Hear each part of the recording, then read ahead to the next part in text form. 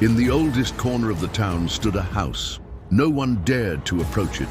From the outside, it looked perfectly ordinary. There were no broken windows, no cracks in the walls, not even an overgrown yard.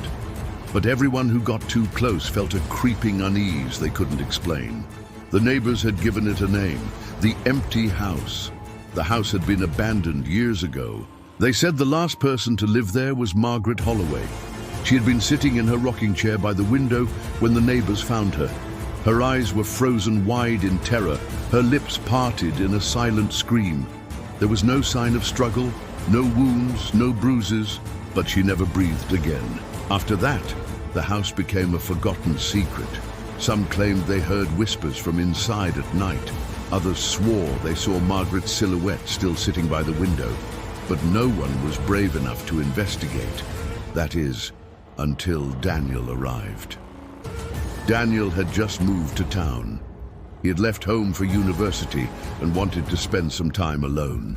But it didn't take long for him to notice that something was wrong. There was always one name that kept coming up: the empty house.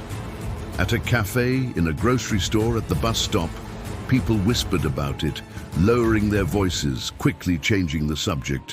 One evening, a local boy named Liam finally spoke about it. "No one goes there," he said, his voice serious. "But many have wanted to." Daniel raised an eyebrow. "And those who did?" Liam hesitated.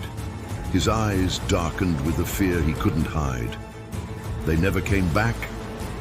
Daniel had never been one to believe in ghost stories. Science and logic explained everything.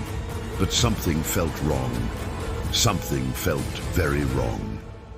Every night before falling asleep, he would glance at the empty house from his window. At first, he thought it was a trick of the light, but after several nights, he realized he wasn't imagining things.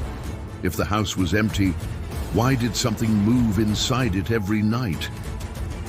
That night, as he sat with his friends, the conversation turned to the house again. "I'm going," he said, his voice firm. "What are you doing?" Liam's face drained of color. "Everyone who says that never returns." "Maybe they never actually went," Daniel replied with a smirk, "but I will." That night, at exactly 12:03 a.m., he stood before the empty house and he pushed the door open. Inside, everything seemed normal. No foul smell, no dust-covered furniture. But something was wrong. The house was too clean. The front door creaked shut behind him, but he ignored it. Old houses did that. He explored room after room, feeling the uneasiness growing inside him. Then he saw it, the rocking chair by the window. It was moving, but there was no one there. It was as if someone had just stood up. A shiver ran down his spine. He turned back toward the door. He should leave, but then he heard his name. "Daniel." The voice was hoarse, broken, like wood scraping against wood, but the most terrifying part. The voice came from right beside his ear.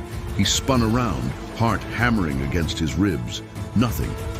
He took a deep breath, trying to reason with himself. "It's just the wind, old pipes, a trick of the mind." Then the voice came again. "Daniel, look!" Something forced him to turn back. He scanned the room, and then he saw it. An old, black and white photograph hanging on the wall. Margaret Holloway. But she was not alone. There was someone standing behind her, and they were looking directly at him. Panic surged through him. He had to leave. He ran to the door and pulled at the handle. It wouldn't budge. He turned back to the photo. The second figure was clearer now, and they were smiling. His breath hitched in his throat. He banged on the door, screaming, but no sound came out. Then his phone rang. He glanced down, hands trembling. The caller ID showed his own number. Slowly, he answered. Silence. Then whispers, "I never left." The room flickered. The light dimmed. Darkness swallowed everything. The last thing he heard was the sound of the rocking chair creaking. The next day, Daniel never returned home. The town launched a search, and the police entered the house. They found nothing except for the rocking chair by the window. But it was different now. A new name, had been carved into the wood, Daniel. And if you listen closely late at night, when the wind is just right, you might hear a whisper. Sit with me. Is it really over? I don't know. But if your phone ever rings at 12:03 a.m. and the caller ID shows your own number, don't answer.